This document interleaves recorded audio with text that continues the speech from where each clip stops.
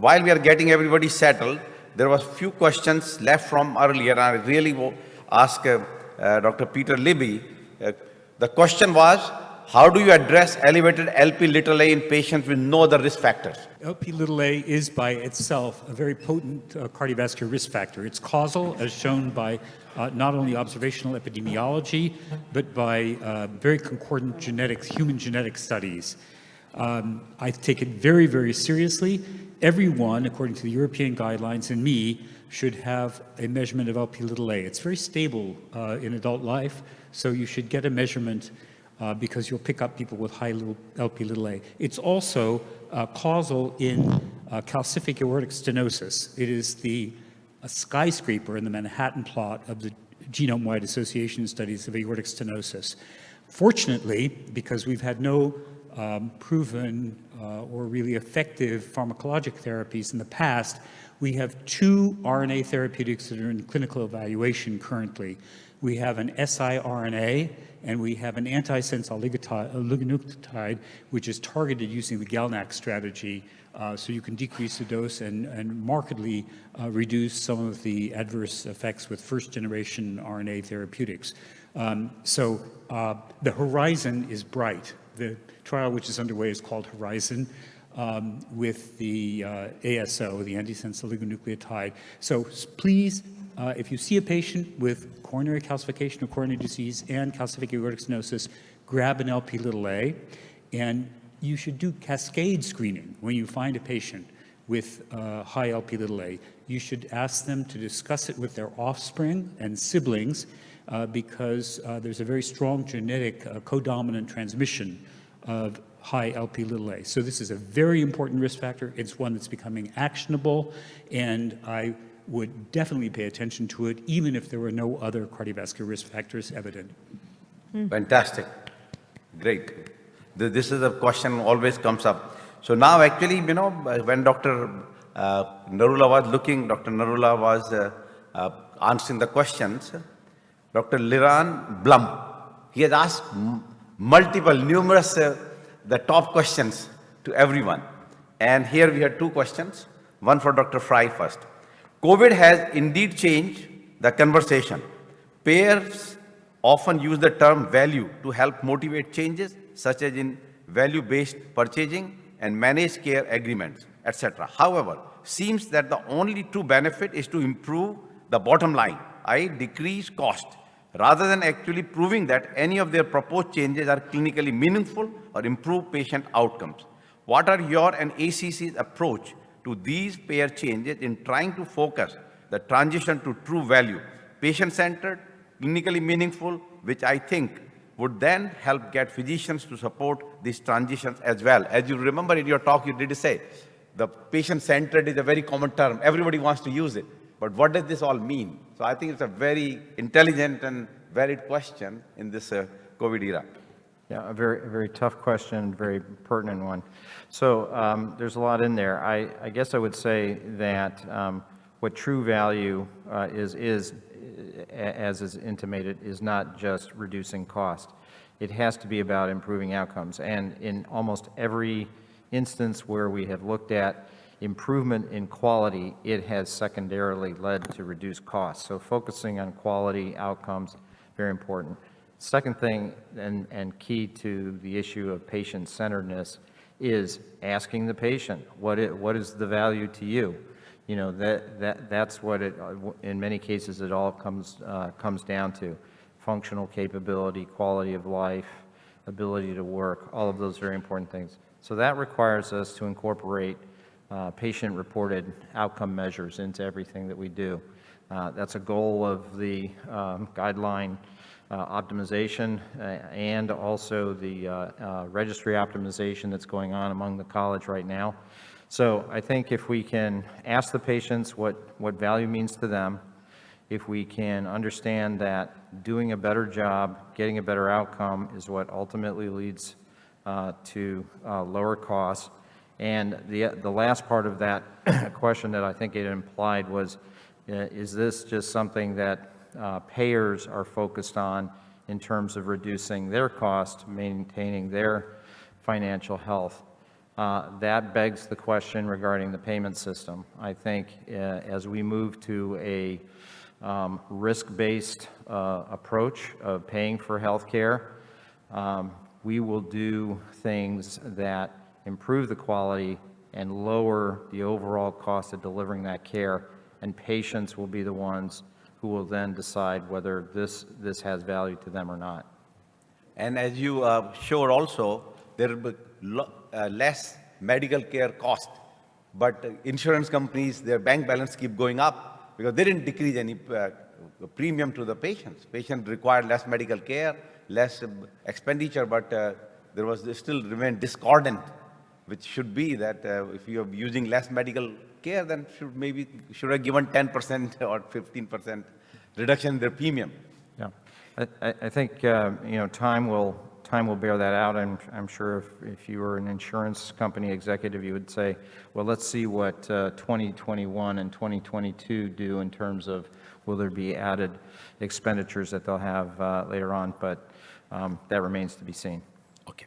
All right, let's continue. I'm still on the same questions from Dr. Blum.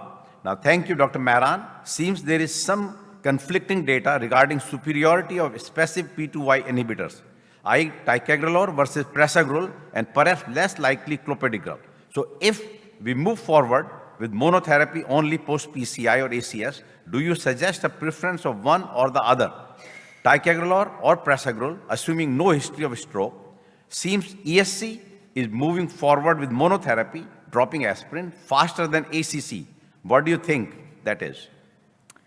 So first of all, thank you for that question, especially regarding ticagrelor versus prasugrel. There's been one trial, I saw React 5, where there was a head-to-head comparison in ACS patients of ticagrelor versus prasugrel, where they designed the study to be superior for ticagrelor and came out that, in fact, prasugrel had a better reduction in ischemic events in acute coronary syndrome patients.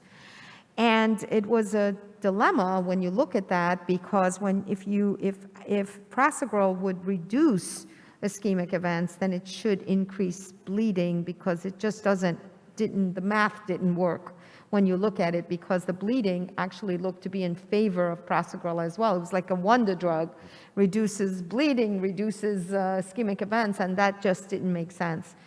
But even so, you can't just say, oh, we are ignoring this data. I think you have to kind of think about that there could be a possibility that, especially with a once-a-day drug that patients are more adherent to, that there may be more effectiveness with that particular drug.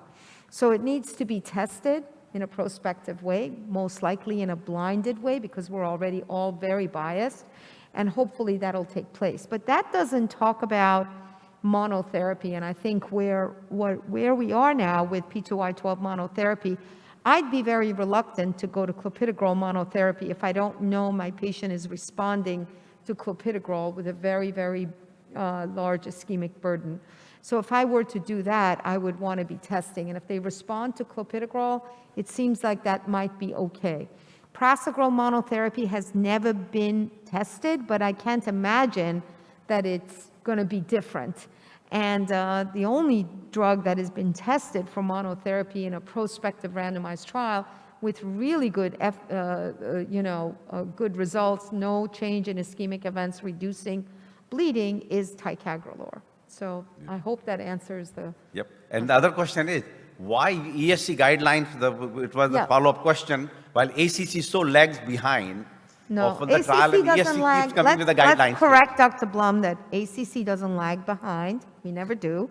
ACC is doing its job. We work with the American Heart Association as well as SCI, and we put together guidelines in a very, very different way than our colleagues in the European Society of Cardiology. Now, having said that, we all know that the ESC group does a beautiful job. They just get to the nitty-gritty. They bring in the experts regardless of their conflict of interest.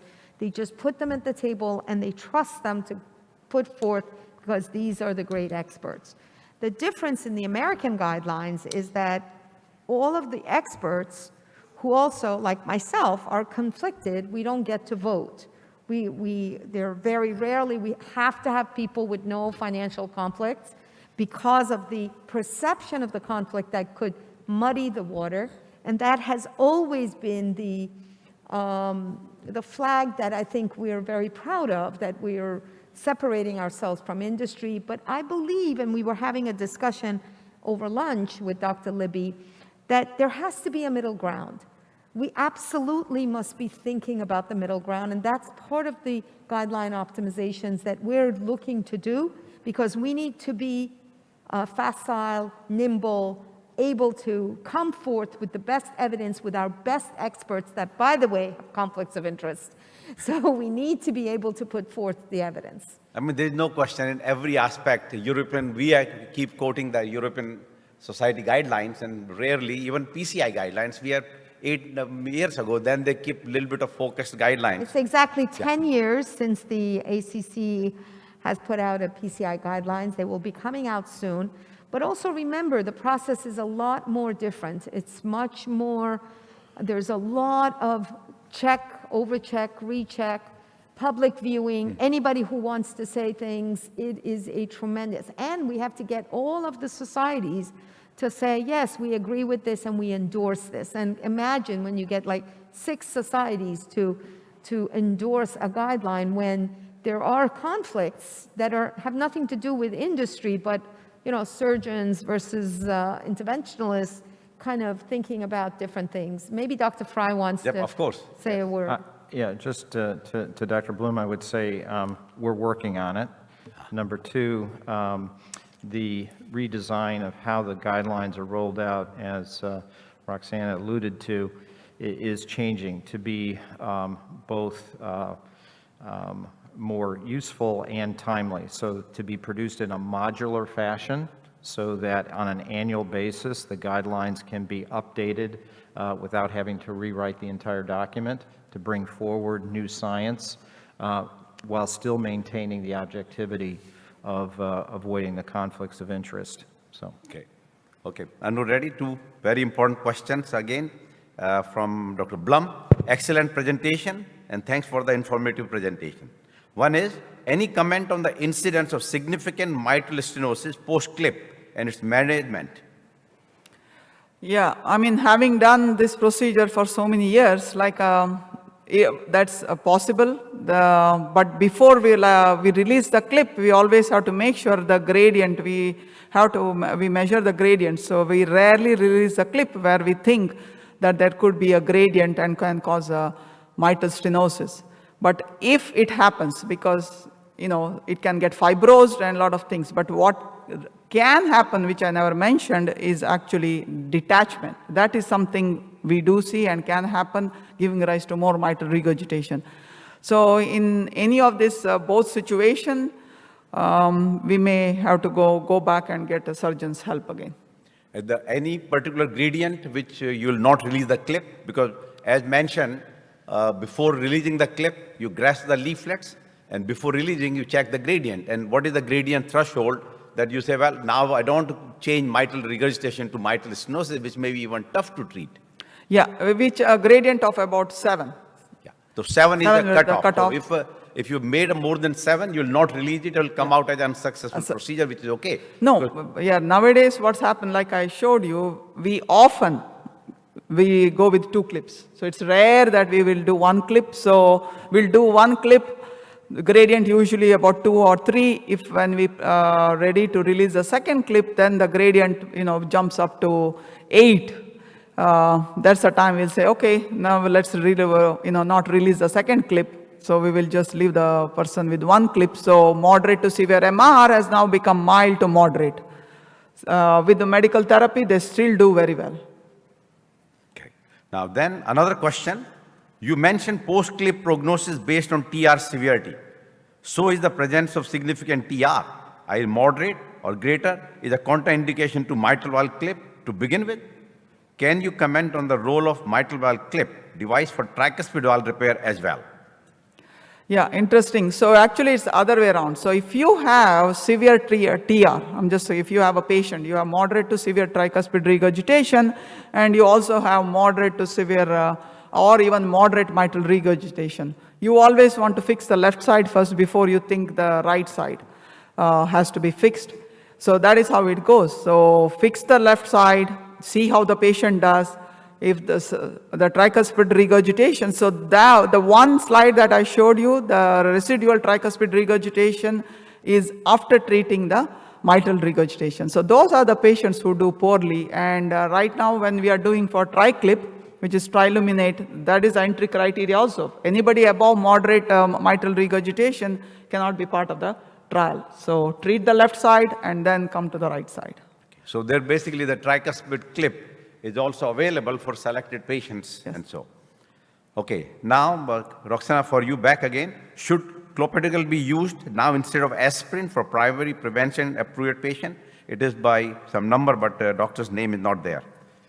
The clopidogrel instead of aspirin in primary prevention. Primary prevention hasn't been tested. I wouldn't even dare to go near it. So for secondary prevention, going to a single antiplatelet therapy, it's something to consider instead of going to aspirin indefinitely to have clopidogrel. But I'd still want to make sure they're actually responding to clopidogrel, even though there's never been a trial that has showed that guiding and using platelet function testing helps you. But I still want to know that they're actually responding. If I'm going to put them on a drug, I'd want to make sure that it's actually working. So, and then other question is, so if I understand correctly, this is another doctor, that if you have non-obstructive CAD, we should not be suggesting using aspirin and instead use other means of anti-inflammatory ideas such as statins, and correct? So in a non-obstructive CAD, but there's still some CAD, you still have CAD. So it's not like you don't have, I mean, there's still atherosclerosis. So I don't think that that's the case. And I think if you document that there's some CAD or PAD, that's no longer primary prevention. It's more about, secondary prevention for looking for, not having MI or stroke or et cetera. And I think to me, that's a secondary prevention. We see a lot of patients with non-obstructive disease, and we actually get quite aggressive with them especially if they have risk factors such as hypertension, diabetes, smoking, obesity. So lifestyle changes, and if they have a high C-reactive protein, which I measure all the time, as well as Lp(a), then I really get very aggressive with those patients, and also the triglyceride levels. And so now we have so many great therapies now that we could really address many of these issues that I believe the antiplatelet therapies are there for them as well, but we shouldn't not think about these other therapies. Okay. Dr. Fry, how is ACC plan to circumvent insurance barriers for pre-authorization of FDA-approved drugs that the insurance industry denies the patients? And we know that with the PCSK9 inhibitor, it's become quite tough in the past, now getting better, but still, the pre-authorization of the FDA-approved drug for that indication, and what is the ACC takes the stand on? Another easy question to respond to. So this is an issue that confronts not only cardiologists, but also internists and everybody who has to deal with prior authorization for any well-developed therapy.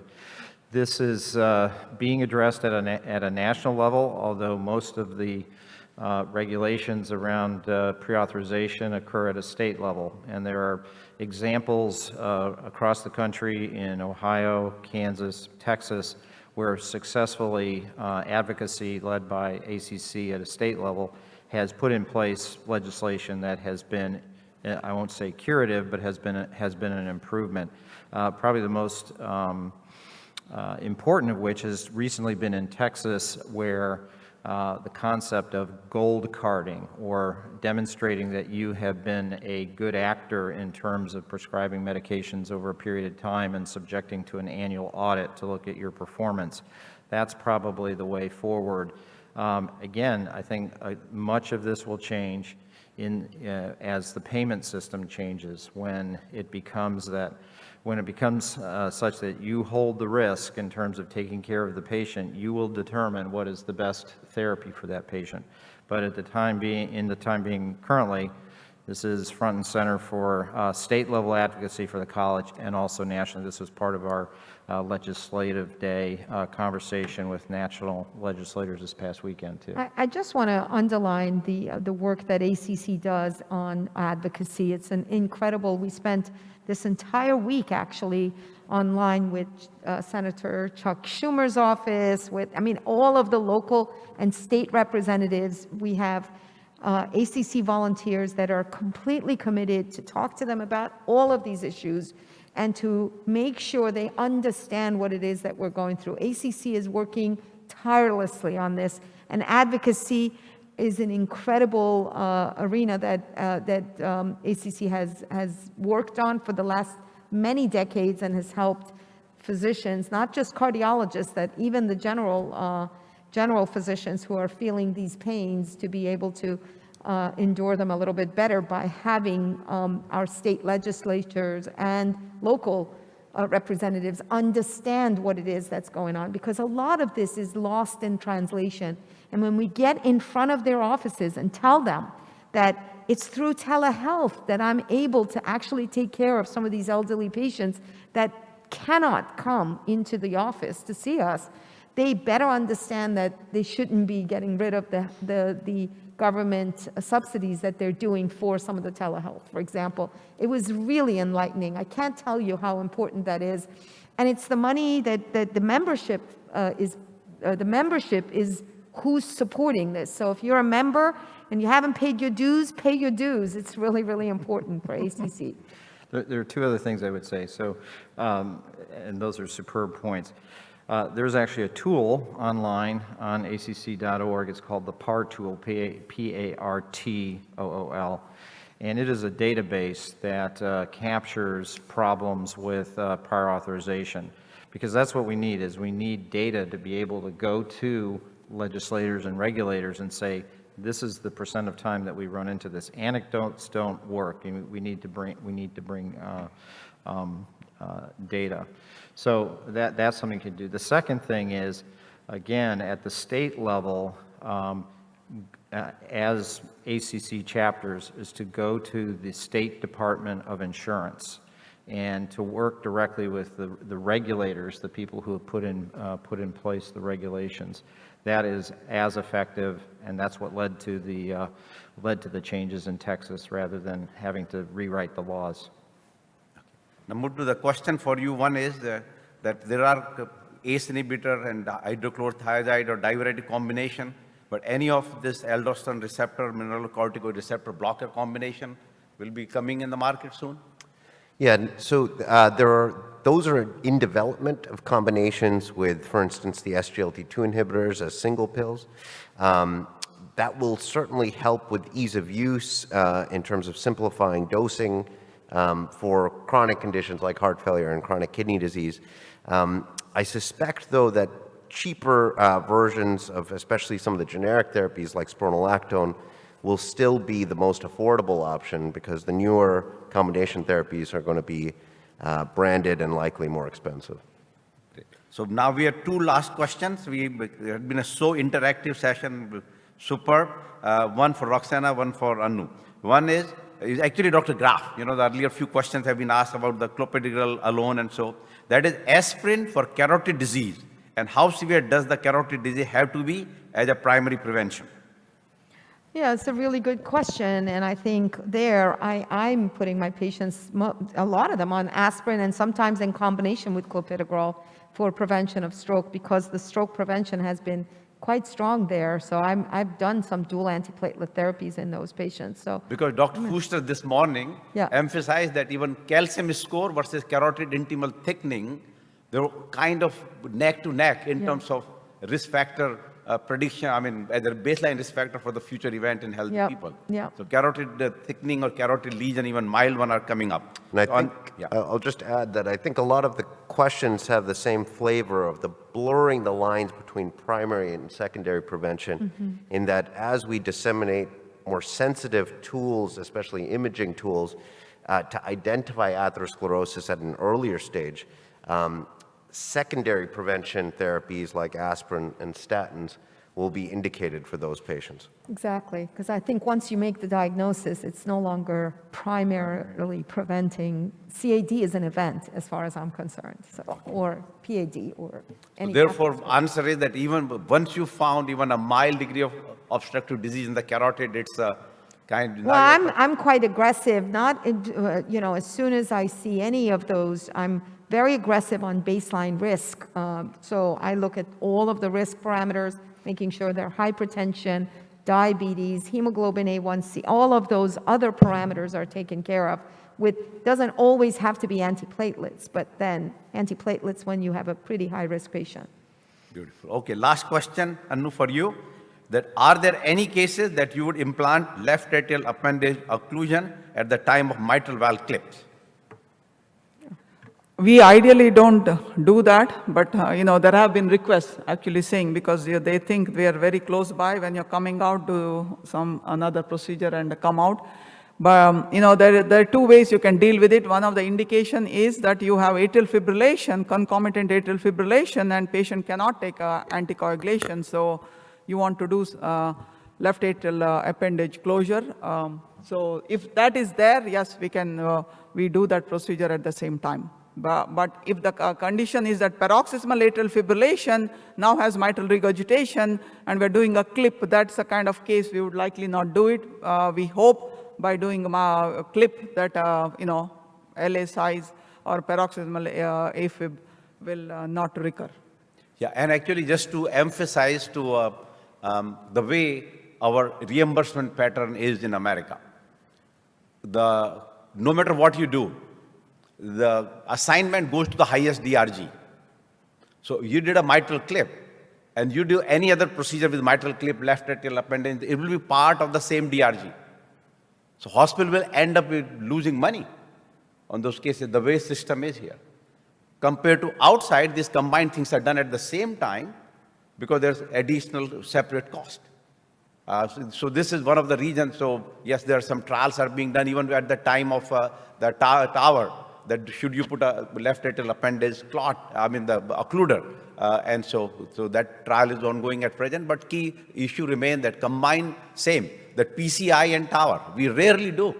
Why? Because of the same reason. It's ultimately, there are some safety also issues, but more importantly, combined procedures are not commonly done. With that note, I really thank all the speakers for this early afternoon session. Fantastic job. And our audience who asked the very, very, excellent questions with Dr. Liran Blum, who really attended and spoke every lecture, and I saw that he had asked right from the morning very intelligent questions. Yes. So we definitely have to get him a special iPad, even if he's not there.